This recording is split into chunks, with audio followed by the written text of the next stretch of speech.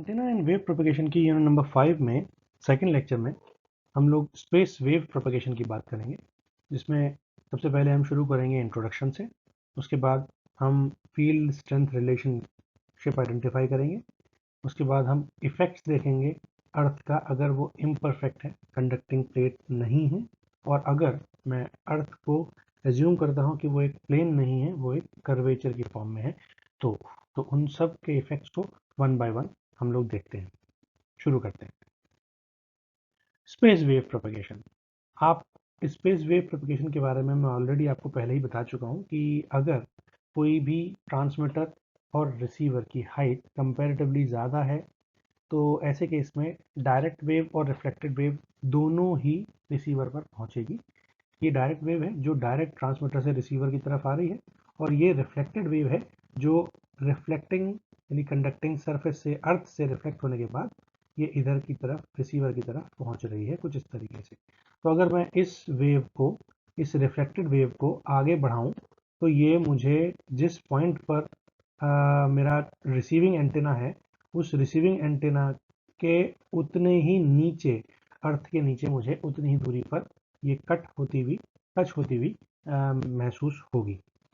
तो अगर मैं इस फिगर में देखूं तो आप देख सकते हो डायरेक्ट वेव और रिफ्लेक्टेड वेव दोनों के दोनों मैंने आपको बता दी हैं। उसका रिफ्लेक्टेड वेव को मैं R2 बोल रहा हूँ, यानी T से लेकर के O तक, और O से लेकर के R तक की जो डिस्टेंस है दैट विल बी R2, और T से लेकर के R तक की जो डिस्टेंस है वो है R1। तो ये डिस्टेंस आपको गिवन है।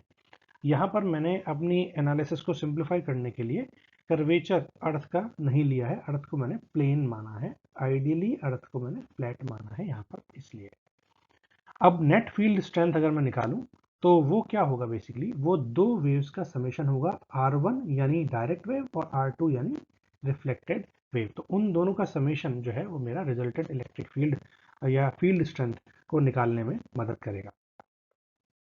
Up to a certain range of frequency, एक फ्रीक्वेंसी की रेंज तक जो वेव ट्रैवल कर रही है स्पेस में, उसमें एटेन्यूएशन काफी कम होगा, ठीक है, नेग्लिजिबल एटेन्यूएशन होगा, other than that caused by spreading phenomena. लेकिन अगर कहीं स्कैटरिंग हो रही है या कहीं पर मेरी स्मूथ सरफेस नहीं है, रफ सरफेस है, तो ऐसे केस में वहां पर स्कैटरिंग होगी, और उसकी वजह से मेरी जो वेव है, रिफ्लेक्टेड वेव, वो स्कैटर आउट हो जाएगी, और उसकी वजह से मेरे को जो एटेन्यूएशन है वो कंपैरेटिवली ज़्यादा मिलेगा। तो मैं मान के चल रहा हूँ कि एक पर्टिकुलर फ्रीक्वेंसी तक वो वेव में, जो वेव मेरी रिफ्लेक्टेड वेव पहुंच रही है रिसीविंग एंटेना पर, वहां पर एटेन्यूएशन कंपैरेटिवली कम है। डायरेक्ट वेव और रिफ्लेक्टेड वेव के बीच में लगभग 180 डिग्री का आउट ऑफ फेज है। दोनों ही केस में, चाहे वो वर्टिकली पोलराइज्ड वेव हो, चाहे वो हॉरिजॉन्टली पोलराइज्ड वेव हो। तो ऐसे केस में हम क्या बोलेंगे कि मैं अगर दोनों ही वेव्स को जोड़ूंगा, तो दोनों वेव्स को जोड़ते टाइम मुझे दोनों के फील्ड स्ट्रेंथ लगभग सेम रहेगी, क्योंकि एटेन्यूएशन बहुत कम है, नेग्लिजिबल एटेन्यूएशन है ना। फील्ड स्ट्रेंथ, अगर लार्जर डिस्टेंस पे जाऊं तो वहां पर फील्ड स्ट्रेंथ में ज़्यादा चेंज नहीं आएगा। दूसरा, दोनों की दोनों वेव्स, एक डायरेक्ट वेव और एक reflected wave, 180 degree out of phase होंगी, मतलब सेम मैग्नीट्यूड के साथ लेकिन ऑपोजिट फेज के साथ दोनों वेव्स रिसीविंग एंटेना पर पहुंचेंगी। उस फ्रीक्वेंसी, ये जो फ्रीक्वेंसी तक मेरी नेग्लिजिबल एटेन्यूएशन है, उस रेंज ऑफ फ्रीक्वेंसी के ऊपर अगर मैं बियॉन्ड वहां जाता हूं, तो वहां पर एटेन्यूएशन कई तरीके से हो सकता है, जिसमें कि रेन भी हो सकती है, फॉग या स्नो या क्लाउड्स भी हो सकते हैं, या जो गैसेस हैं मेरी उस एटमॉस्फेयर में प्रेजेंट, उनके एब्जॉर्प्शन की वजह से भी मेरे एटेन्यूएशन या लॉसेस मेरी सिग्नल स्ट्रेंथ में हो सकता है। तो वो अगर एक पर्टिकुलर फ्रीक्वेंसी की रेंज से ज्यादा जाता हूं तब वो पिक्चर में आएंगे, otherwise they are simply negligible. Field strength of a wave in general follows the inverse relationship with distance. तो ये हमें पता ही है कि अगर मैं डिस्टेंस की बात के साथ जाता हूं, तो फील्ड स्ट्रेंथ जो है वो मेरी डिस्टेंस के साथ साथ कम होती जाती है। यानी अगर मैं d डिस्टेंस पर या r डिस्टेंस पर या कोई भी डिस्टेंस पर, यहाँ पर मैंने ट्रांसमीटर और रिसीवर के बीच में डिस्टेंस ली है d, तो d डिस्टेंस पर अगर मैं फील्ड स्ट्रेंथ निकालना चाह रहा हूँ, तो फील्ड स्ट्रेंथ रिलेशन अगर मैं आइडेंटिफाई करना चाह रहा हूँ, तो वो कैसे निकालेंगे हम, वो आप इस इमेज में देख सकते हो। इस इमेज में हम क्या बोल रहे हैं, अब मैं पहले सारे आपको पैरामीटर्स बता देता हूँ। ये जो शाई है, ये शाई जो है वो मेरा इंसिडेंस एंगल है, अर्थ की सरफेस पे अगर मेरा ट्रांसमिटिंग एंटेना की हाइट काफ़ी ज़्यादा है तो ऐसे केस में मैं ये बोल सकता हूँ कि ये जो शाई एंगल है, द शाई angle is very very small, है ना। ये शाई एंगल बहुत स्मॉल होगा अगर इस ट्रांसमिटिंग एंटेना की हाइट ज़्यादा होगी। अब हम ये भी बोल सकते हैं कि कोई चेंज नहीं हो रहा है मैग्नीट्यूड में, केवल और केवल फेज का रिवर्सल हो रहा है ना। ये मैं ऑलरेडी आपको पहले बता चुका हूँ। क्यों ऐसा हो रहा है? क्योंकि इनवर्स रिलेशनशिप डिस्टेंस की रहेगी और एटेनुएशन अगर मैं एक बियॉन्ड एक फ्रीक्वेंसी रेंज से कम की फ्रीक्वेंसी रेंज की बात करूंगा तो वहाँ पर एटेनुएशन नहीं होगा। और रिफ्लेक्शन की वजह से इस सरफेस पर जो रिफ्लेक्शन हो रहा है इसकी वजह से 180 डिग्री आउट ऑफ फेज मुझे यहाँ पर वेव मिलेगी। तो ये दोनों वेव को अगर मैं जोड़ूंगा तो ये दोनों वेव सेम एम्पलीट्यूड, लगभग same amplitude, but out of phase मिलेंगी। और जो एम्पलीट्यूड है डायरेक्ट और रिफ्लेक्टेड वेव का, वो हम इनवर्स रिलेशनशिप विद डिस्टेंस निकाल सकते हैं ई नॉट बाई डी से। ई नॉट अगर एक पर्टिकुलर इंस्टेंट पर जब यहाँ से वेव ट्रांसमिटिंग एंटेना से ट्रांसमिट हो रही थी तो उसकी इलेक्ट्रिक फील्ड इंस्टेंट थी ई नॉट, तो डी डिस्टेंस पर जाने के बाद उसकी वैल्यू कितनी हो जाएगी एम्पलीट्यूड की? That will be decreased by reduce to E naught by D. अब हम बात करते हैं कि अगर मैं R1 की डिस्टेंस आइडेंटिफाई करना चाहूँ तो R1 क्या होगा मेरा? R1 जो होगा वो मेरा है डायरेक्ट पाथ, है ना। और अगर मैं उस इमेज को देखूं तो ये मेरा ट्रांसमिटिंग एंटेना की हाइट थी और डी डिस्टेंस पर मेरा रिसीविंग एंटेना था, है ना। ये हाइट सपोज मैंने थोड़ी छोटी मानी है तो ये HR है। नाउ अगर मुझे ये डिस्टेंस निकालनी है, ये वाली डिस्टेंस, ये मेरी है R1, है ना। तो अब ये कैसे निकालेंगे? ये डिस्टेंस तो होगी HR, है ना। ये वाली डिस्टेंस क्या होगी? ये वाली डिस्टेंस हो जाएगी HT माइनस HR, ठीक है। और ये डिस्टेंस कितनी है? D। तो पाइथागोरस थ्योरम से मैं सिंपली कैलकुलेट कर सकता हूँ इस वाली डिस्टेंस HT माइनस HR का स्क्वायर प्लस D स्क्वायर और उसका अंडर रूट, है ना। तो अगर मैं इन दोनों को, इसको, इस वाली वैल्यू को और इस वाली वैल्यू को जोड़ करके उनका अंडर रूट निकाल लेता हूँ तो ये R1 आ जाएगा। R1 कितना आएगा? HT माइनस HR का स्क्वायर प्लस D स्क्वायर और उसका अंडर रूट। ये क्लियर है। अब मैं R2 निकालता हूँ। R2 क्या होगा? R2 अगर आप ध्यान से देखो तो R2 है मेरी यहाँ से सपोज ये वेव आई और ये वेव मेरी यहाँ पर पहुँच रही है। तो ये वेव एक्चुअल में कहाँ से कहाँ तक जा रही है? लॉजिकली आप देख सकते हो this will be reaching towards HR down the earth, ठीक है। तो अगर ये डिस्टेंस मेरी D है, ठीक है, तो ये डिस्टेंस अगर D है यानी अगर मैं इसको थोड़ा सा और एक्सटेंड कर लूँ नीचे की तरफ तो ये डिस्टेंस मेरे को आइडेंटिफाई करनी है। तो this will B D and this distance, ये जो डिस्टेंस है मेरी यहाँ से लेके यहाँ तक, वो कितनी हो जाएगी? वो हो जाएगी HT प्लस HR। तो HT प्लस HR मेरी ये डिस्टेंस हो जाएगी। तो अगर मुझे R2 निकालना है तो R2 क्या होगा? Under root of HT plus HR का स्क्वायर प्लस D स्क्वायर। ये मेरी टोटल डिस्टेंस हो जाएंगी और उसका अंडर रूट मैंने ऑलरेडी यहाँ पर ले लिया है। अगर मैं D कॉमन ले लूँ तो ये क्या हो जाएगा? R1 को देख लेते हैं पहले। R1 अगर मैं D कॉमन ले लेता हूँ, है ना, तो अगर मैं D कॉमन ले रहा हूँ तो ये हो जाएगा D, बाहर ले लिया तो अंडर रूट से बाहर आके ये हो जाएगा D, है। D स्क्वायर अंडर रूट से बाहर आएगा तो ये हो जाएगा D और यहाँ 1 बचेगा तो 1 प्लस ये हो जाएगा HT minus HR divide by D और उसका होल स्क्वायर। सिमिलरली R2 कितना होगा? R2 होगा D, ऐसे ही मैंने D यहाँ पे भी बाहर ले लिया, 1 plus HT plus HR divide by D और उसका होल स्क्वायर। ये मेरे R1 और R2 दोनों डिस्टेंस के एक्सप्रेशंस आ गए, ठीक है। अब मुझे क्या करना है? मुझे बेसिकली फेज डिफरेंस निकालना है। और फेज डिफरेंस कैसे निकालते हैं? फेज डिफरेंस निकालने के लिए हम यूज करते हैं, फेज डिफरेंस अगर मैं निकालूं, क्योंकि मैं बोल रहा हूँ phase difference 180 degree phase difference होगा, magnitude E naught by D ही होगा।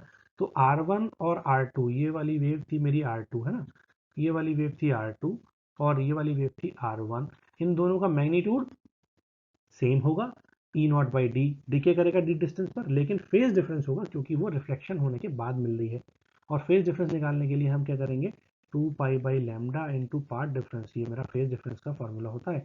तो अगर मैं पाथ डिफरेंस निकाल लूँ कि दोनों वेव्स R1 और R2 में पाथ डिफरेंस कितना है, तो मैं आराम से फेज डिफरेंस कैलकुलेट कर सकता हूँ। अब फेज डिफरेंस कैलकुलेट करने के लिए मुझे क्या करना पड़ेगा, मुझे करना पड़ेगा R2 minus R1।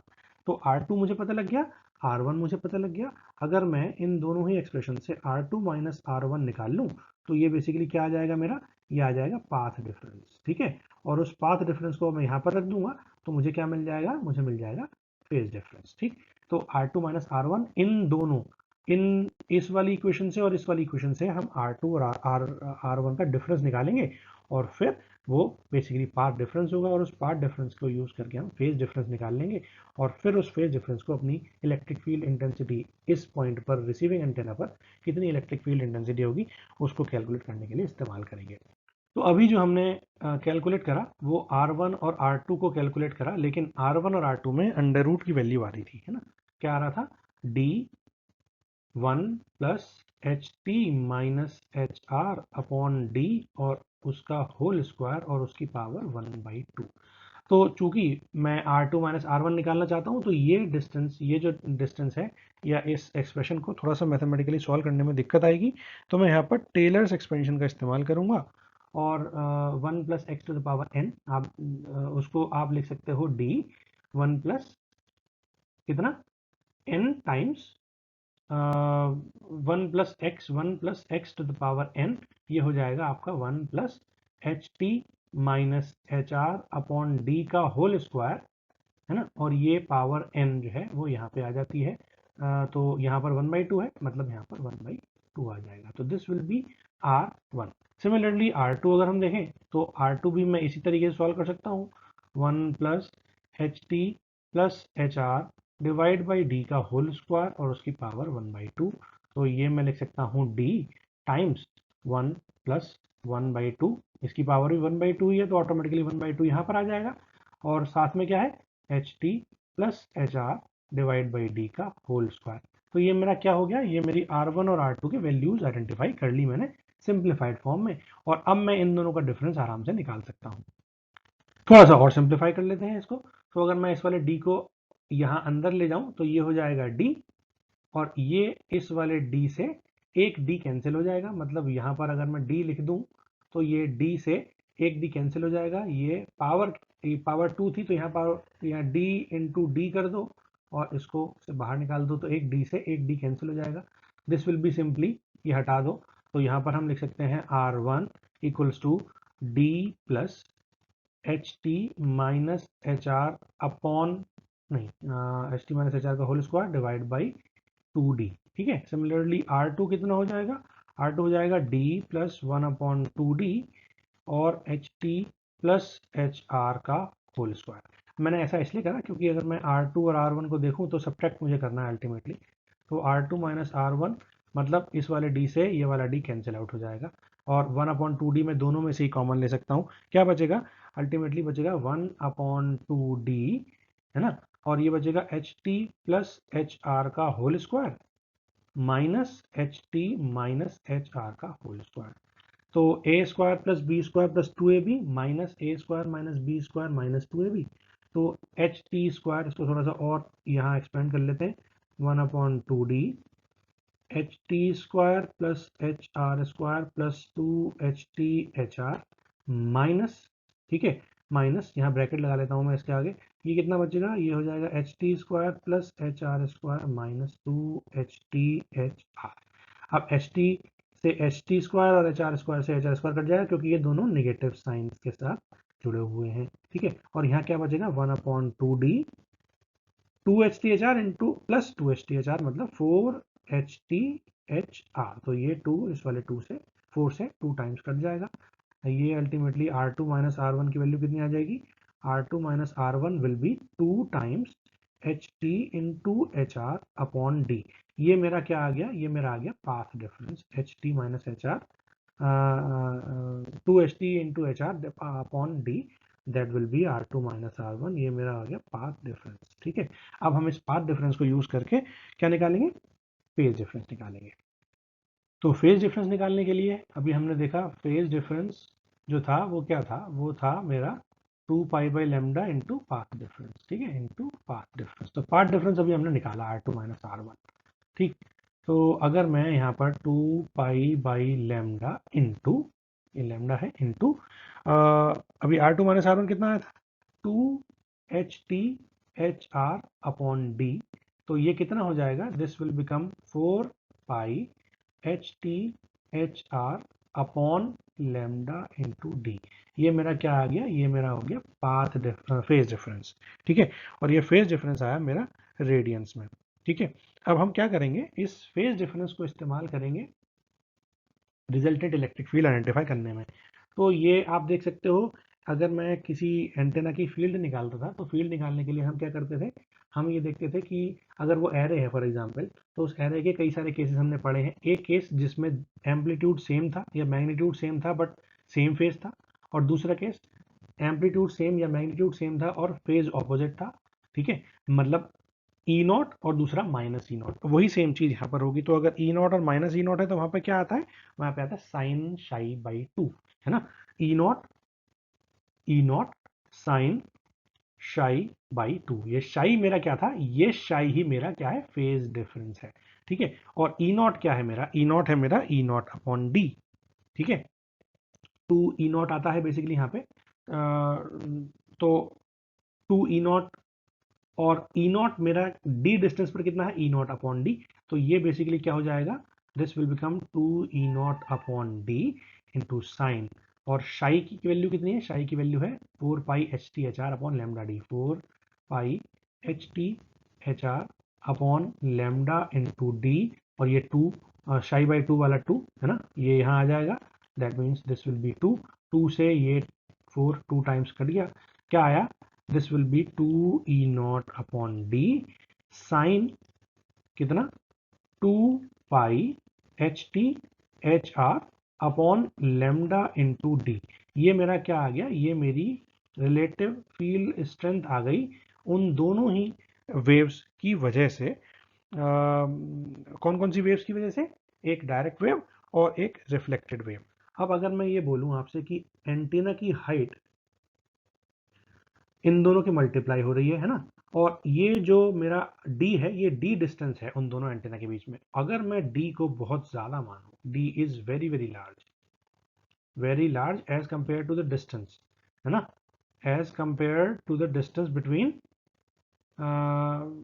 Between two the distance between two antennas,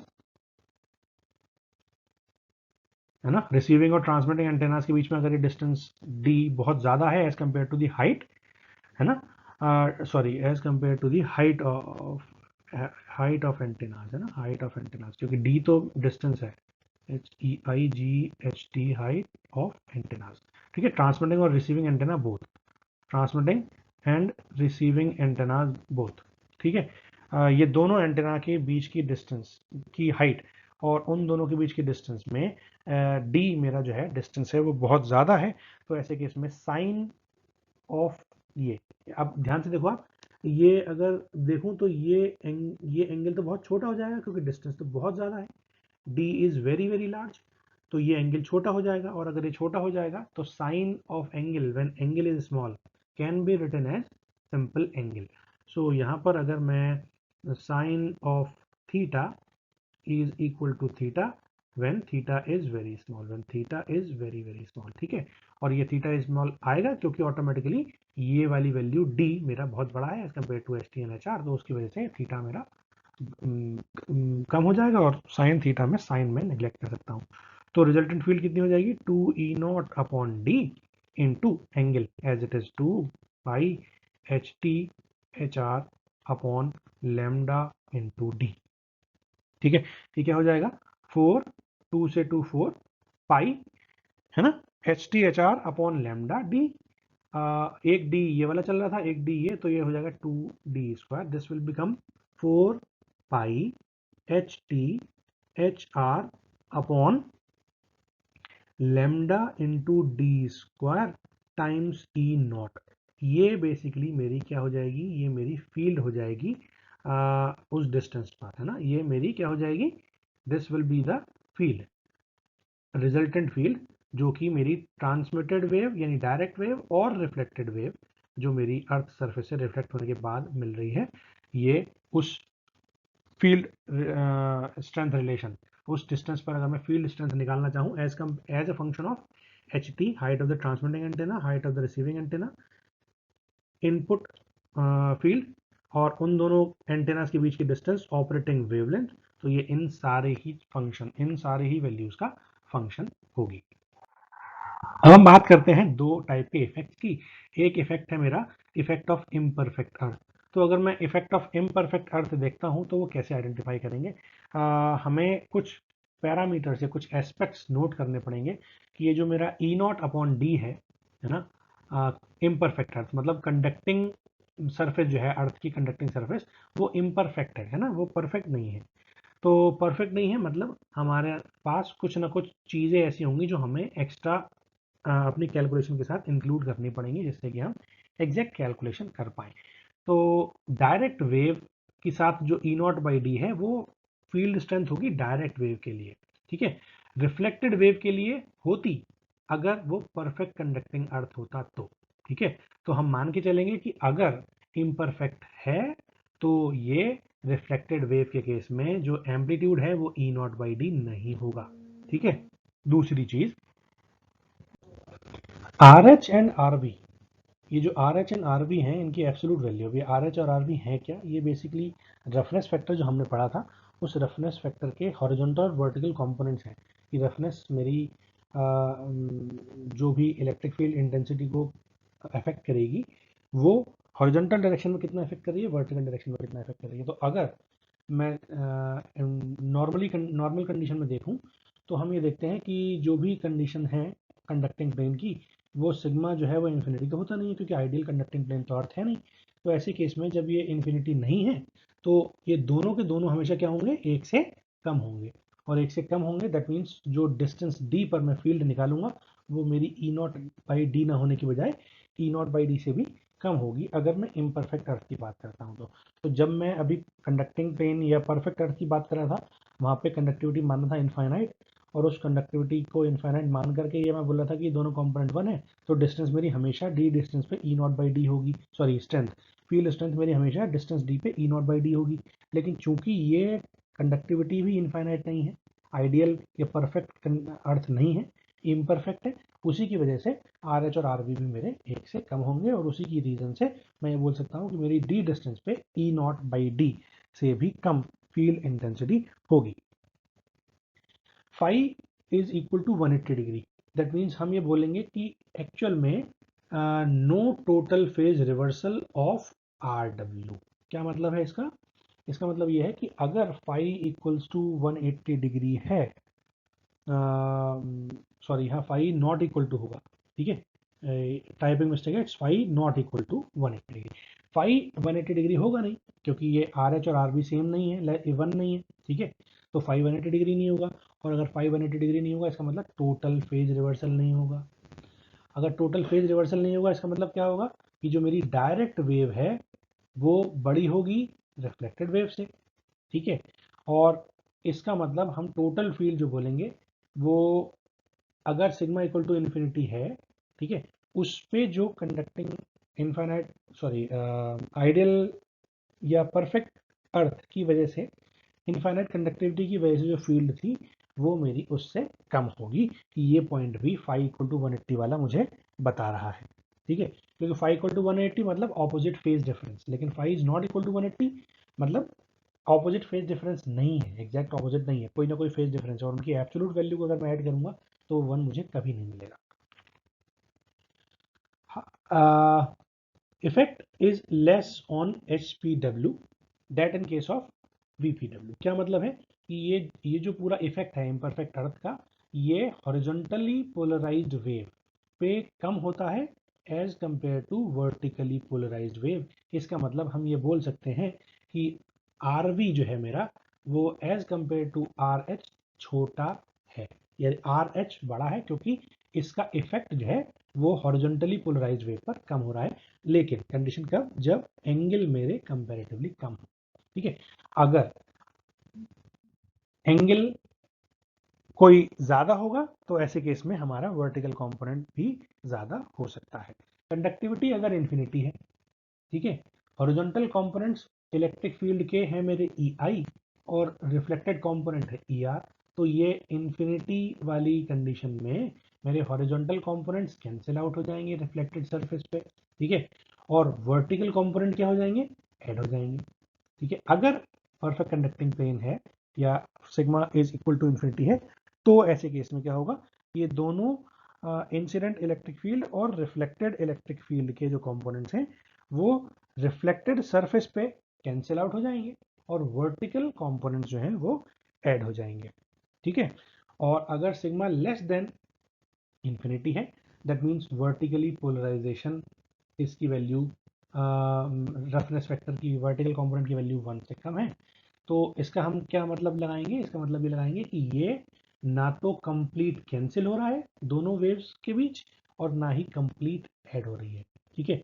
देखो यहाँ पर सिग्मा इक्वल टू इन्फिनिटी था तो ये कंप्लीट कैंसिलेशन हो गया था, है ना, रिफ्लेक्टेड सरफेस पे ई आर और ई आई का कैंसिलेशन हो गया था। लेकिन अगर सिग्मा लेस देन इन्फिनिटी है, इनफाइनाइट नहीं है, कंडक्टिविटी इनफाइनाइट नहीं है, तो ना तो कंप्लीट कैंसिलेशन होगा और ना ही कंप्लीट एडिशन होगा। ये चीज हमें स्पेशली ध्यान रखनी पड़ेगी इम्परफेक्ट अर्थ के केस में। अब इस इमेज के थ्रू आप field strength as a function of distance देख सकते हो फ्लैट अर्थ के केस में, और अगर एक्चुअल अर्थ है और अगर फ्री स्पेस है, ये तीन कर्व हैं, परफेक्ट, रिफ्लेक्टिंग अर्थ, एक्चुअल अर्थ और फ्री स्पेस अर्थ, ये तीन कर्व आप देख सकते हो, ठीक है। तो यहाँ पे हम क्या आइडेंटिफाई करेंगे, ये डी डिस्टेंस हम एक आइडेंटिफाई करेंगे, डी डैश डिस्टेंस, और वो क्या होगा बेसिकली, वो डिस्टेंस है, ये मेरी डी डिस्टेंस है, ये डिस्टेंस है ना, ये डी डैश डिस्टेंस उस डिस्टेंस को बोलेंगे हम जो डिस्टेंस पे फ्री स्पेस फील्ड और ऑसिलेटिंग फील्ड एक परफेक्टली कंडक्टिंग अर्थ पर इक्वल हो जाती हैं, ठीक है। अब आप इस इमेज में देखो ध्यान से, ये जो फ्री स्पेस अर्थ वाला है ये एक स्ट्रेट लाइन है, ठीक है, ये स्ट्रेट लाइन है ये वाली, ठीक है, स्ट्रेट लाइन आप देख सकते हो, ये पूरी की पूरी मैं एक्सटेंड कर दे रहा हूँ ताकि समझने में आसानी हो। ये बेसिकली क्या है मेरा, ये फ्री स्पेस वाले केस के लिए है, ठीक। दूसरी चीज अगर मैं बात करूं, एक तो हो गई फ्री स्पेस फील्ड, एक हो गई ऑसिलेटिंग फील्ड। ऑसिलेटिंग फील्ड किसमें, परफेक्ट कंडक्टिंग अर्थ में, परफेक्टली कंडक्टिंग अर्थ यानी परफेक्टली रिफ्लेक्टिंग अर्थ, ये दोनों कहाँ पे बराबर हैं, ये दोनों बराबर हैं लगभग लगभग कई सारे पॉइंट्स पे बराबर हैं, ठीक है। लेकिन यहाँ पर आकर के ऑलमोस्ट उससे देखो ये ऑसिलेशंस हो रहे हैं, यहाँ पर आप देख सकते हो ये ऑसिलेशंस है, ऊपर फिर नीचे गया, फिर ऊपर फिर नीचे आया, फिर ऊपर फिर नीचे आया, फिर ऊपर फिर नीचे आया और फिर ऊपर गया ही नहीं, नीचे आने के बाद नीचे ही रहा, ठीक है। यहाँ पर ऑसिलेशन खत्म हो गए, ये दोबारा उससे ऊपर नहीं गया, तो ये पॉइंट जो है ये डी डैश डिस्टेंस बोली जाएगी, यहाँ से लेकर के यहाँ तक ये जो डिस्टेंस है that will be D dash, and that is calculated for free space field and oscillating field for a perfectly conducting earth, ठीक है। ये ऑसिलेटिंग फील्ड थी और ये मेरी फ्री स्पेस वाली फील्ड थी, फ्लैट लाइन, और उन दोनों के बीच में ये जो डिस्टेंस है डी डैश है, ये मेरी आइडेंटिफाई मैं इजीली कर सकता हूँ यूजिंग दिस ग्राफ। इसको देख करके हम ये भी बोल सकते हैं कि field strength oscillates about the value E naught by D, ठीक है।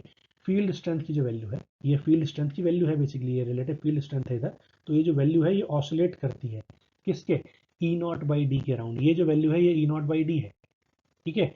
और जब ज्यादा हो रही है दैट मीन्स वो वेव के कंपोनेंट्स रिफ्लेक्टेड और डायरेक्ट वेव के कंपोनेंट्स मेरे सेम फेज में ऐड हो रहे हैं, ठीक है। और ये जो कम हो रही है दैट मीन्स ये ऑलमोस्ट कैंसिलेशन मतलब आउट ऑफ फेज में ऐड हो रहे हैं, ठीक है। तो ऐसे केस में जब ये एक मिनिमम वैल्यू के बाद डिक्रीज होना शुरू हो जाए, ये इंक्रीज हो ही ना, तब मैं इस डी डिस्टेंस को बोलता हूँ कि ये मेरी ऑसिलेटिंग फील्ड और फ्री स्पेस फील्ड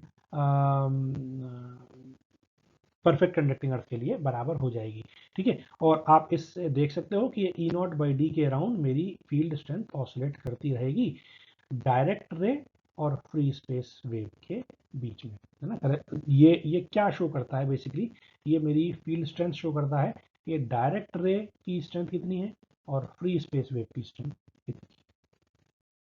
अब बात करते हैं effect of curvature of the अर्थ। तो अगर मैं कर्वेचर ऑफ द अर्थ लेता हूँ, यानी अगर मैं अर्थ की कर्वेचर को लेकर के चलता हूँ, तो मुझे उस कर्वेचर की वजह से कुछ पॉइंट्स इंक्लूड करने पड़ेंगे, ठीक है। पहला पॉइंट है the effective and actual antenna heights differ as shown in figure. आप देख सकते हो अगर इस एंटेना की एक्चुअल हाइट ये है एच टी, ठीक है, ठीक, ये एच टी है और ये मेरा एच आर है, ये एक्चुअल हाइट है। लेकिन अगर मैं इनके लाइन ऑफ साइट को देखूं तो इनके लाइन ऑफ साइट के लिए ये अगर मैं प्लेन अर्थ एज्यूम करता तो प्लेन अर्थ की लाइन होती है जो मैंने डॉट डॉट करके दिखा रखी है, ठीक है। अब आप ध्यान से देखो कि अगर ये प्लेन अर्थ होती तो एंटेना की हाइट होती ये वाली एच आर डैश और एच टी डैश, लेकिन चूंकि अर्थ मेरी स्फेरिकल कर्व वाली है तो हमें क्या होगा, ये जो एक्चुअल हाइट है एच टी और जो इफेक्टिव हाइट है एंटेना की, ये दोनों डिफर करेंगी एक दूसरे से। तो मुझे एंटेना की हाइट जो है एच आर और एच टी के एक्सप्रेशन मैंने पीछे यूज करे थे फील्ड इंटेंसिटी आइडेंटिफाई करने के लिए, वो भी मुझे डिफरेंट यूज करने पड़ेंगे। दूसरा, दिस क्वांटम ऑफ डिफरेंस, ये डिफरेंस जो है ना, ये किस पे डिपेंड करेगा, सेपरेशन पे डिपेंड करेगा, ट्रांसमीटर और रिसीवर के बीच का सेपरेशन कितना है उस पर डिपेंड करेगा। अगर ये इस फ्लैट ट्रेजेक्ट्री में होता तो ये लगभग सेम होते, डिफर नहीं होते, और अगर ये एक इतना सेपरेशन है that means curvature of the earth picture में आएगा तो यहाँ पर मुझे ऑब्वियसली डिफरेंस मेरा इफेक्टिव हाइट में आएगा ही आएगा। तीसरा पॉइंट है there is a change in the number and location of maximas and minimas. अब आप ध्यान से देखो, अगर ये फ्लैट अर्थ होती तो अगर ये फ्लैट अर्थ होती तो क्या होता, एक डायरेक्ट वेव मिलती और एक रिफ्लेक्टेड वेव मिलती, है ना, ये डायरेक्ट वेव थी और ये रिफ्लेक्टेड वेव थी। लेकिन अगर इस रिफ्लेक्टेड वेव को मैं निकालना चाहूँ तो बेसिकली क्या एज्यूम करता हूँ, ये रिफ्लेक्टेड वेव कहाँ से आती है, ये रिफ्लेक्टेड वेव आती है, इस वेव को पीछे एक्सटेंड कर दो तो यहाँ से आती है लगभग कहीं से, ठीक है, यहाँ से आती है। अगर मैं इसको सीधा एक्सटेंड करूँगा, है ना, मैं कर लेता हूँ चलो, ठीक है, तो ये कहाँ से आती है, लगभग ये यहाँ से आती है, ठीक। इफेक्टिव हाइट कितनी होती, एंटीना की हाइट कितनी है एच टी, और ये इफेक्टिव हाइट क्या एच टी के बराबर है, ये वाली डिस्टेंस नहीं है ना, दैट मीन्स क्या है, यहाँ पर ये इफेक्टिव हाइट एक्चुअल में एच टी के मिरर इमेज नहीं है। ये प्लेन के केस में तो मिरर इमेज बनती, लेकिन कर्वेचर के केस में ये मिरर इमेज नहीं बन पाएगी, और यही रीज़न है कि यहाँ पर मैक्सिमा और मिनिमा की लोकेशन जो है वो डिफरेंट होंगी। There is a reduction in d dash beyond which two waves tend to be out of phase। जो मैंने अभी d dash वाला इस्तेमाल करा था, जो कर्व मैंने आपको दिखाया था उसमें d dash था, उस d dash की डिस्टेंस में ये कुछ ना कुछ रिडक्शन आएगा।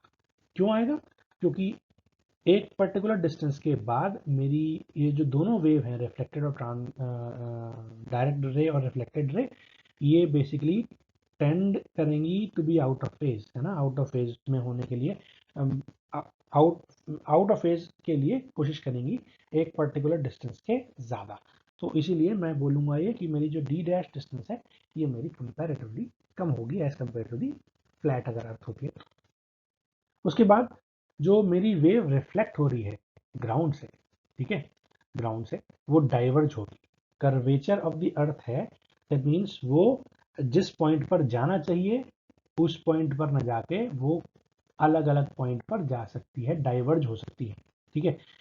इसका मतलब क्या है कि ये जो आर डब्ल्यू है ना, रिफ्लेक्टेड वेव रिसीविंग एंटेना पर पहुंचेगी वो ऑब्वियसली क्या होगी, वो वीक होगी, क्योंकि जब ये वेव यहाँ पर टकराने के बाद कर्वेचर, फ्लैट अगर अर्थ होती तो केवल एक पॉइंट पर टकराती, पॉइंट ऑफ इंटरसेक्शन केवल एक होता, लेकिन चूंकि कर्वेचर है तो पॉइंट ऑफ इंटरसेक्शन बेसिकली कई सारे होंगे, तो हो सकता है कुछ वेव या ऐसे वो हो जाए।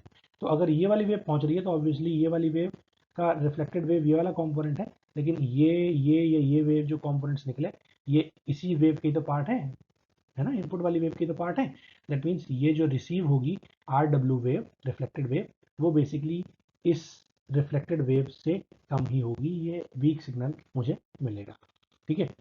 और ये तब होगा अगर एंगल मेरा छोटा है तो, ठीक है, अगर एंगल मेरा छोटा है तो, अगर एंगल ज़्यादा है तो अगर एंगल ज़्यादा है तो ये इफेक्ट कंपैरेटिवली कम होगा। एंगल ज़्यादा का क्या मतलब है कि अगर एंटेना का हाइट बहुत ऊंची है और कर्वेचर कुछ ऐसे है ना, तो अगर ये जो एंगल है that angle is large as compare to this angle, है ना, तो ये वाला एंगल कम है ना, this is less and this angle is greater than, ठीक है, ये ग्रेटर है और ये लेस है, ये एंगल कम है, तो जब कम एंगल होगा तो ऑब्वियसली इसका इफेक्ट ज़्यादा होगा, और जब ये एंगल ज़्यादा होगा तो इसका इफेक्ट कम होगा। देख सकते हो आप, जब एंगल ज़्यादा है तो ऑलमोस्ट ये वेव एक पॉइंट पर ही टकराएगी, लेकिन जब इसका एंगल ज़्यादा है तो ऐसा लगेगा कि ये एक पॉइंट पर न टकरा के ये कई सारे पॉइंट पर टकराएगी, तो ये रिफ्लेक्ट कई सारे पॉइंट पे होगी। Near grazing angle, the field strength of RW reduces significantly at the receiver by this divergence effect। ठीक है, तो एक ऐसा एंगल जब मैं ये बोलता हूं कि ये बहुत छोटा एंगल है, ठीक है, जिस पर्टिकुलर एंगल के बाद ये ऑलमोस्ट फ्लैट अर्थ कंसीडर करने लगूंगा मैं, ठीक है, तो वो ग्रेजिंग एंगल हो जाएगा। और उस एंगल पर मैं ये बोलूंगा कि RW इतना छोटा हो जाएगा, फील्ड स्ट्रेंथ बहुत कम हो जाएगी डाइवर्जेंस इफेक्ट की वजह से रिसीवर पे। ये हम ऑलरेडी अभी डिस्कस कर चुके हैं। एट लार्ज डिस्टेंस, ज़्यादा डिस्टेंसेस पर, स्मॉल इंसिडेंट एंगल पर DW and RW is in phase opposition. ठीक है, क्या मतलब है, अगर ज़्यादा डिस्टेंस है, RW ट्रांसमिटिंग और रिसीविंग एंटेना के बीच में डिस्टेंस ज़्यादा है, ठीक है, और स्मॉल इंसिडेंट एंगल पर, स्मॉल इंसिडेंट एंगल मतलब जैसे जैसे ये मैंने हाइट बना रखी है तो ये स्मॉल इंसिडेंट एंगल होगा ये। तो ऐसे केस में ये जो DW और RW डायरेक्ट वेव और रिफ्लेक्टेड वेव हैं, ये ऑपोजिट फेज में होंगी, और जिसकी वजह से क्या होगा, ई जो है मेरा रिजल्टेंट यहाँ पर रिसीविंग एंटेना पर जो ई होगा वो काफ़ी काफ़ी greater, appreciably greater than that if earth were flat. ठीक है, तो जब ऑपोजिट फेज में है तो ऑलमोस्ट सारी सारी वेव पहुंच जाएगी। ठीक है, तो मेरा ये जो रिजल्टेंट ई है वो फेज ऑपोजिट होंगे। फेज ऑपोजिट में अगर मैं इसका केवल मैग्नीट्यूड ऐड करूंगा तो ऑब्वियसली ये ज़्यादा होगा। अगर मेरी अर्थ फ्लैट होती तो उस केस में मैं ये मान के चलता हूँ कि that is very very small. ठीक है, ये जो दोनों इफेक्ट हैं, ये वाले दोनों और ये वाला, ठीक है, ये बेसिकली कर्वेचर अर्थ के इफेक्ट हैं और ये एक दूसरे को न्यूट्रलाइज करते हैं। अब देखो, मैं ये बोल रहा हूँ कि जब मैंने अभी क्या बोला, इसमें बोला कि स्मॉल इंसिडेंट एंगल, ठीक है, DW और RW ऑपोजिट फेज में होंगी। जब ऑपोजिट फेज में होंगी ऑब्वियसली कर्वेचर ऑफ द अर्थ मैंने ले रखा है, ठीक है, मैं यहाँ पे बोल रहा हूँ कि ये ग्रेटर होगा, अगर फ्लैट अर्थ होती उससे ज़्यादा इलेक्ट्रिक फील्ड होगी क्योंकि ये फेज ऑपोजिट में है। लेकिन मैं यही चीज़ ऊपर बोल रहा हूँ कुछ और, ऊपर बोल रहा हूँ मैं कुछ और, ठीक है, मैं क्या बोल रहा हूँ कि ये जो वेव रिफ्लेक्ट हो रही है ग्राउंड से डाइवर्ज हो रही है, इसीलिए रिफ्लेक्टेड वेव रिसीविंग एंटेना से जो मिलेगी वो कंपैरेटिवली कम होगी। दैट मीन्स अगर एंगल ज़्यादा है तो इसका इफेक्ट कम होगा और अगर एंगल कम है तो इसका इफेक्ट ज़्यादा होगा। ये वाला स्टेटमेंट और ये वाला स्टेटमेंट ये दोनों एक दूसरे के कॉन्ट्राडिक्टरी हैं। दैट मीन्स मैं ये बोल रहा हूँ कि कर्वेचर ऑफ द अर्थ जो है वो इन दोनों इफेक्ट को, इस वाले इफेक्ट को और इस वाले इफेक्ट को न्यूट्रलाइज कर रहा है। ठीक है, चलो इस लेक्चर में इतना ही। Thank you.